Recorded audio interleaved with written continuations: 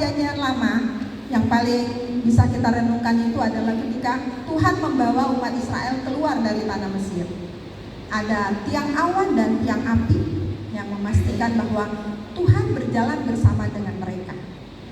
Itu sama sebenarnya ya di dalam hidup kita. Hanya kalau saya melihat sebuah peristiwa dramatis ya, orang Israel luar biasa. Kalau di siang hari ada tiang awan yang menyertai mereka dan bisa dilihat ya.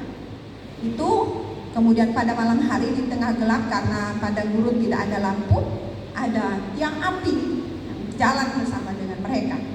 Dan kalau di kita di dalam perjanjian baru kita punya Roh Kudus yang 24 jam di dalam hidup kita, tidak pernah keluar masuk, berjalan bersama dengan kita.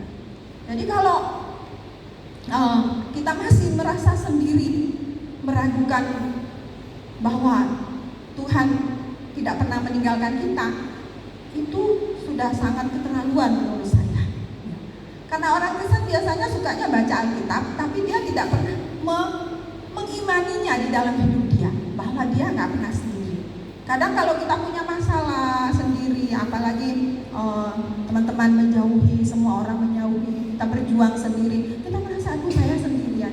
Tapi mari renungkan firman Tuhan ini. Tuhan tahu bahwa kita tidak mungkin bisa sendiri dalam melakukan semua perintah Tuhan. Tadi kita nyanyi lagu terakhir itu mengikuti panggilanmu. Saudara, kita nggak bisa menjalani panggilan Tuhan tanpa kekuatan Tuhan. Kalau hari ini kita masih tetap bisa percaya sama Tuhan, itu bukan betapa kuatnya kita berpegang pada Tuhan, tapi betapa kuatnya tangan Tuhan memegang kita. Karena kalau tangan kita, kadang kita sudah capek. Saudara pernah masih kecil aja, bayangan masih kecil, jalan dengan papa mama. Papa mama kan pegang tangan kita, atau kita yang pegang tangan papa mama. Kadang kita capek kan, kita lepasin. Tapi papa dan mama kita gak akan melepaskan tangan kita, apalagi kalau kita melewati daerah-daerah yang berbahaya. Misalnya mau nyebrang jalan. Oh, tidak mungkin. Saya aja sebagai seorang ibu, anak saya sudah besar, kalau nyebrang dengan saya pasti pegang tangannya. Dia sampai ngomong, mama aku sudah besar. Ya, kamu sudah besar, tapi mama tetap secara refleks saya pegang tangan dia. Ini ibu lahiriah, saudara. Bapa kita di surga tidak akan pernah melepaskan kita. Apalagi kita melewati jalan-jalan yang berliku-liku, terjal, naik, turun di dalam hidup ini. Kita punya satu kepastian, Allah beserta kita. Immanuel itu bukan slogan, tapi satu kenyataan dalam hidup kita. Hanya tinggal kita mau meyakininya, menghidupinya dalam hidup kita atau tidak. Yang pertama, kehadiran Tuhan itu memastikan bahwa Dia ada di mana. Nah, seringkali kita berpikir kehadiran Tuhan atau hadirat Tuhan bagi saya sama. Hadirat Tuhan itu kan hadirnya Tuhan dalam perhimpunan umat. Tapi kita punya bukan hanya seperti itu. Hadirnya Roh Kudus di dalam kita itu berarti kita sudah hidup di dalam hadirat Allah setiap hari sebenarnya. Nah, seringkali kenapa kita seenaknya dalam hidup ini? Kita lupa bahwa yang Maha Kudus tinggal di dalam kita. Kalau kita menyadari akan hal itu, kita akan sungguh menjaga hidup kita, mulai dari pikiran, perasaan kita, omongan kita, dan segala hal. Kenapa? Karena Roh Kudus tinggal di dalam kita. Itu satu aplikasi yang sederhana buat kita sebenarnya. Sebagai anak-anak Tuhan, kita kehadiran Tuhan itu memiliki begitu dalam artinya dalam hidup kita, saudara. Menjaga sungguh-sungguh kehidupan kita. Nah, manfaat lain dari kehadiran Tuhan itu adalah akhirnya akan terjadi perubahan karakter dalam kita. Kalau Tuhan hadir di dalam hidup kita, kita tidak berubah, nah itu dia permasalahannya. Karena kita tidak menganggap kita menganggap sepele kehadiran Tuhan. Nah, kalau kita menganggap kehadiran Tuhan itu sesuatu yang luar biasa, maka kita semua akan selalu berpikir bagaimana kita menjaga kehidupan kita. Kalau yang lain sudah masih, saudara, ya. Yang kedua yang kita bisa pikirkan adalah kehadiran Tuhan itu menyatakan pemeliharaan Allah yang ajaib. Ya, Banyak kali orang kalau membaca Alkitab mereka cuma bilang begini, oh yang di Alkitab itu memang pada orang Israel memang tanda-tanda ajaib luar biasa. Dari awal saya bertobat, saya belajar meyakininya begini. Alkitab itu kan perjanjian lama dan perjanjian baru. Bagi saya, Alkitab itu adalah perjanjian antara Allah dan saya. Jadi apapun yang saya baca di dalam, mau itu perjanjian lama maupun perjanjian baru, saya bilang Tuhan, terima kasih untuk semua itu, saya mau mengalaminya. Tidak pilih-pilih saudara, mau yang enak-enak atau yang gak enak bagi daging, sama. Karena saya percaya Roma 8:28, Allah itu bekerja dalam segala sesuatu untuk mendatangkan kebaikan bagi orang yang terpanggil sesuai dengan rencana. Orang yang mengasihi Dia, yaitu mereka yang terpanggil sesuai dengan rencana. Kalau kita tahu, kita yakin, kita terpanggil sesuai dengan rencana Allah, maka kehadiran Tuhan dalam hidup kita, keberadaan Roh Kudus dalam hidup kita, itu adalah jaminan pemeliharaan Allah yang luar biasa dalam hidup kita. Nah, pemeliharaan Allah yang ajaib. Nah, saya selalu merenungkan seperti ini saudara, mengingat perjanjian lama, peristiwa-peristiwa di sana, ketika Tuhan memberi mereka makan mana, itu luar biasa karena mereka belum bisa bertani. Maka cara ajaib Tuhan menolong mereka. Prinsip Allah sama saudara. Saya mengalami dalam kehidupan saya begini. Ketika situasi tidak ada jalan keluar, saya melihat cara ajaib Tuhan menolong saya. Tapi ketika ada sesuatu yang dapat saya kerjakan, Tuhan tolong saya lewat apa yang saya kerjakan. Ketika saya merenungkan tentang mana itu, kenapa Tuhan beri mereka mana? Pemeliharaan Allah secara ajaib. Bukan hanya itu saudara, orang Israel selama 40 tahun nggak ada sakit penyakit mereka. Alkitab mencatat kasutnya nggak rusak, bajunya nggak sobek. Bukankah itu sesuatu yang ajaib? Pemeliharaan Allah yang luar biasa. Saudara, itu kalau kita pikirkan sebagai orang perjanjian baru hari ini, berlaku sama. Tuhan hadir di dalam hidup kita. Tuhan memberikan pada kita perlindungan, kesehatan. Nah, itu luar biasa. Karena sakit itu lebih banyak disebabkan oleh pikiran, saudara. Kalau makanan itu tidak terlalu banyak, tapi pikiran. Bagaimana kita memikirkan itu? Saya selalu memikirkan begini. Kalau Roh Allah tinggal di dalam saya, Dia akan Roh yang kudus, Allah sendiri. Tubuh saya jasmani. Kalau Tuhan masih memakai saya dan Dia berikan saya kekuatan, kalau Dia izinkan saya sakit, saya harus berkata, Tuhan terima kasih. Berarti saat saya harus beristirahat. Seperti itu aja, simple berpikir. Dan kita harus memikirkan, misalnya, oh saya ini, seperti saya pribadi ya, saya kasih contoh begini. Saya ini orangnya kalau tidur di atas jam 12 malam, itu sudah pasti tekanan darah turun.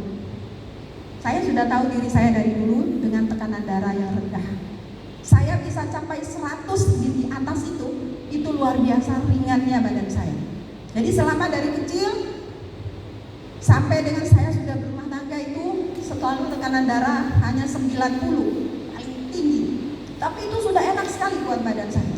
Sehingga waktu saya melahirkan itu memudahkan buat saya karena tidak tekanan darah tinggi. Nah, saya sudah tahu. Jadi saya waspada. Makan juga saya jaga, dalam arti apa yang mempercepat penurunan tekanan darah saya tidak mau, misalnya seperti timun dan sebagainya. Dan kita juga belajar kan? Kenapa? Memelihara, menjaga pemberian Tuhan dalam hidup kita. Karena pemeliharaan Allah yang ajaib dari keberadaan Tuhan di dalam hidup kita, itu juga kita dibarengi dengan hikmat Tuhan. Roh Kudus tinggal di dalam kita, Dia memberi kita hikmat. Ya. Ada pemeliharaan Allah yang luar biasa, ada perlindungan yang aman di dalam Dia, karena kita berada di dalam Dia, saudara. Ya, Dia pun tinggal di dalam kita, sehingga sebenarnya bagi orang percaya tidak ada yang perlu ditakutkan. Apalagi cuma menghadapi kuasa kegelapan. Aduh, terlalu kecil itu. Ya, Saya sedang melayani satu keluarga yang ya banyak kaitannya dengan Ratu Pantai Selatan. Saya baru tahu kemarin karena di grup itu dia saksi, dan saya terkejut, waduh, ini kok masih berbau-bau dukun. Dan teman saya bilang, yuk, kamu harus siap begini-begini, pokoknya harus macam-macam lah. Untuk bungkus lah ini gini. Saya bilang, iya, saya sudah tahu prakteknya. Cuma satu aja, kita itu cuma media dari Tuhan. Yang bekerja itu adalah Tuhan. Jadi bukan betapa hebatnya kita sampai orang itu, setan itu bisa keluar dari diri orang itu, bukan. Saya sudah sangat memahami itu, saudara, karena dari mulai dari SMA saya pertobang baru sudah terlibat di dalam pelayanan semacam itu. Dan saya melihat orang-orang yang masuk di dalam pelayanan seperti itu menjadi sangat lelah dan akhirnya merasa, aduh, saya payah. Saya bilang, kenapa harus payah? Oh, kalau kamu melihat Tuhan yang berkarya di dalam semuanya itu, serahkan pada Tuhan bagiannya. Kalau bagian kita, ya kita lakukan. Nah, saya melayani orang ini, ya sederhana aja, saudara. Saya tahu dia harus diisi dengan firman Tuhan. Jadi bagian saya adalah mengajari dia firman Tuhan, mendampingi dia dalam belajar firman. Saya berkata, imani, yakini firman yang kamu baca. Dan kalau kuasa kegelapan itu menyerang kamu, katakan dengan pedang roh, lawan dia dengan pedang roh. Firman Tuhan ajarin kita, simple. Ya, saya bisa mengajarkan seperti itu karena dulu kami juga hidup di dalam suasana okultisme yang sangat kuat.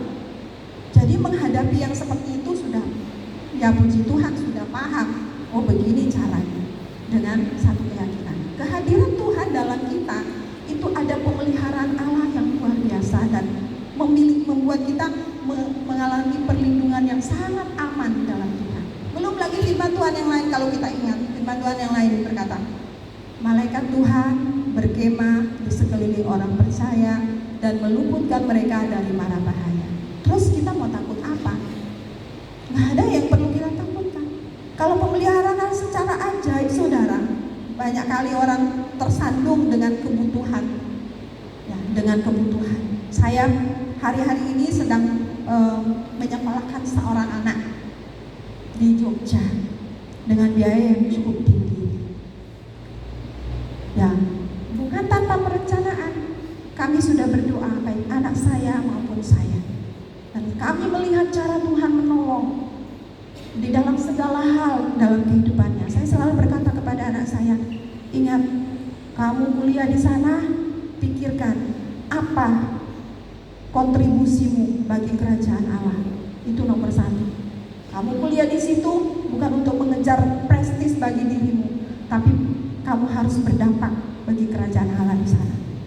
Siapapun yang kamu temui anak-anak di sana, bawa mereka untuk percaya kepada Tuhan secara pribadi, sama seperti kamu telah percaya kepada Tuhan. Di dalam segala hal, kebutuhan yang lain pun saya berkata pada anak saya, berdoa nak, Allah adalah Bapamu, gak ada yang lain harapan.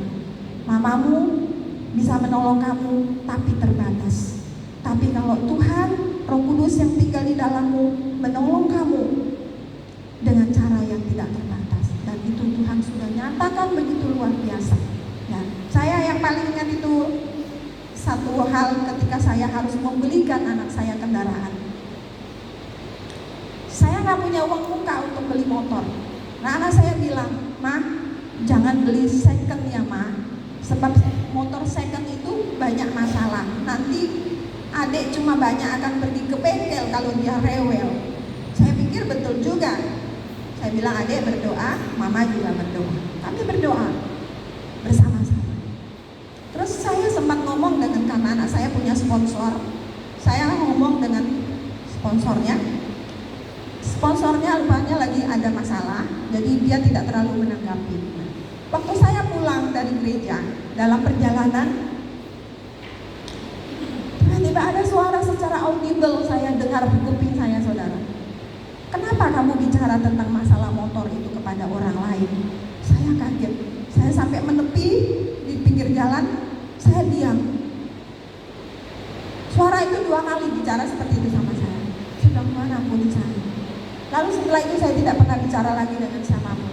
Saya cuma bilang, Tuhan, kalau memang Tuhan mengendaki anak saya beli motor baru, Tuhan pasti memberikan saya uang muka. Dan puji Tuhan, 2 hari kemudian teman saya di Surabaya mentransfer uang ke rekening saya, lalu mengirim bukti dan menuliskan di bawah bukti itu untuk Joshua, uang mukanya motor. Saya beli. Nah, kemudian motor itu harus saya kirim ke Jogja, karena saya beli di sini. Kalau beli di Jogja itu kita tidak bisa karena KTP kita Bali. Saya beli di sini. Prosesnya juga gampang. 2 hari sudah keluar kendaraan. Saya harus kirim ke Jogja. Saya berdoa lagi. Saya tahu saya nggak punya uang lebih, karena kirim ke Jogja itu sekitar 750 pakai JNT. Tuhan kirim lagi lewat orang lain. Saya bingung, orang ini nggak pernah mengirimkan saya berkat sama sekali. Dia tahu dari mana nomor rekening saya pun saya heran.